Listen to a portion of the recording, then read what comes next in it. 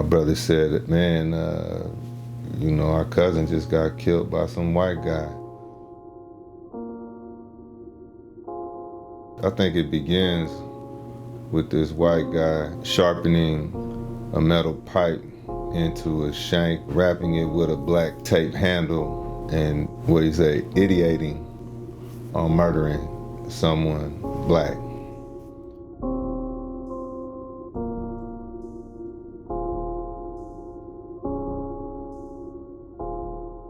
So his opportunity to kill someone black on behalf of his warped white supremacist psyche presented itself when my cousin parked in front of an old fire station that he had bought and converted into a residence. My cousin, who really was only in town, was only supposed to be in town for a couple days.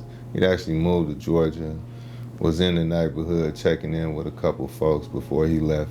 But when he came back to his car, this white guy, I don't know how to say his name. It's either Brian Kjellberg or Brian Kjellberg. I don't know what the pronunciation is.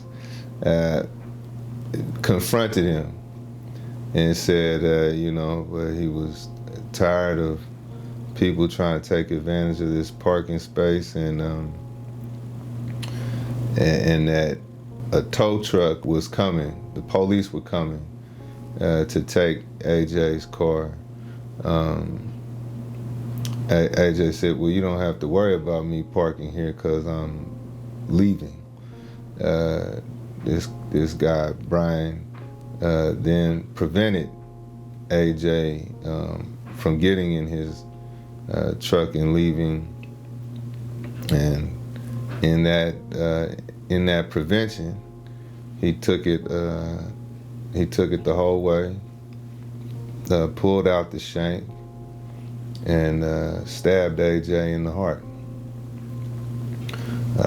Brian is a veteran, and he knew what he was doing, and so AJ died from that wound.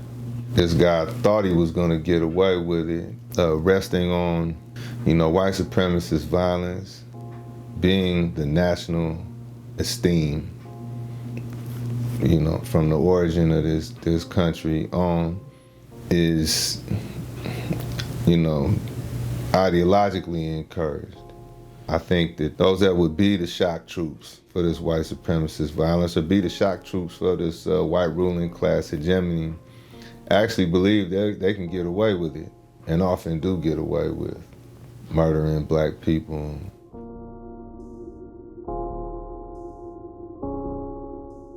My name is Tongo Eisen-Martin. I'm a poet and organizer from San Francisco, California, in St. Paul, Minnesota right now to advance organizing efforts around the murder of my cousin AJ Stewart, the hands of a white supremacist.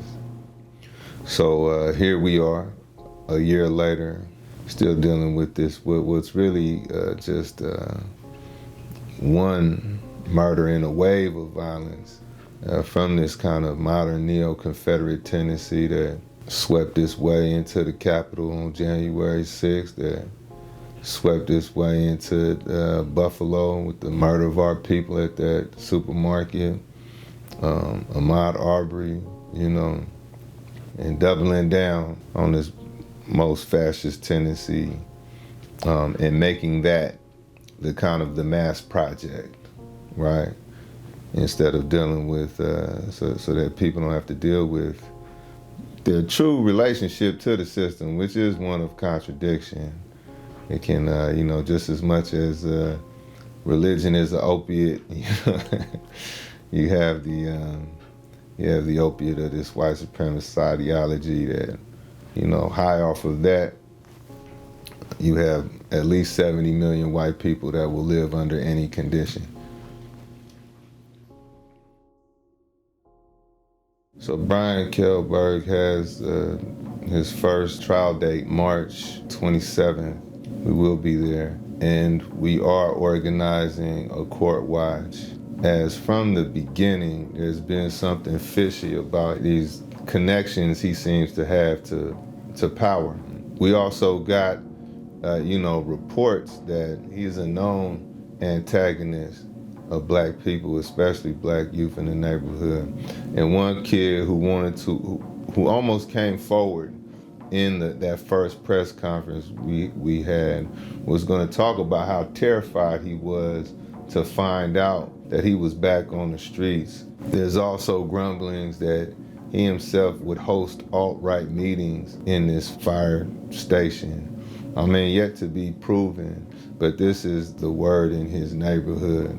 So you couple that with the fact, though, that he is a propertied person. He's a landlord.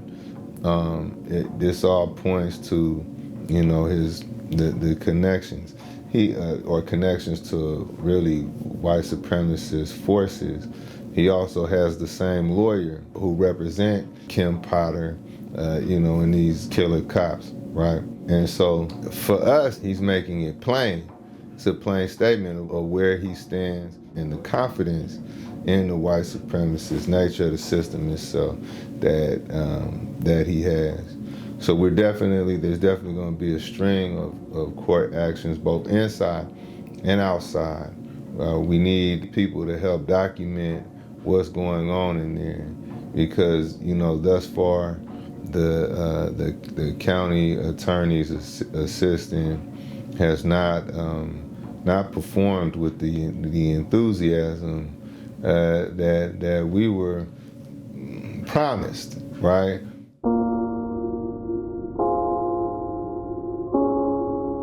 AJ was really the rock of his unit.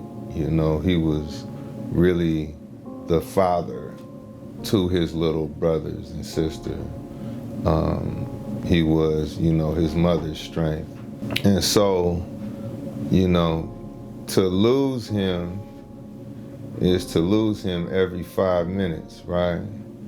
Anytime someone can use some support, anytime someone can use some stability, a good word, some inspiration, some joy, he's not there, right?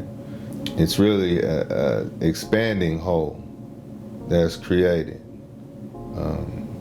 that never stops expanding, really. So with that visualization, there really is no justice that this system can provide. But ultimately, the call for us is unity for AJ, because we know that the only way to truly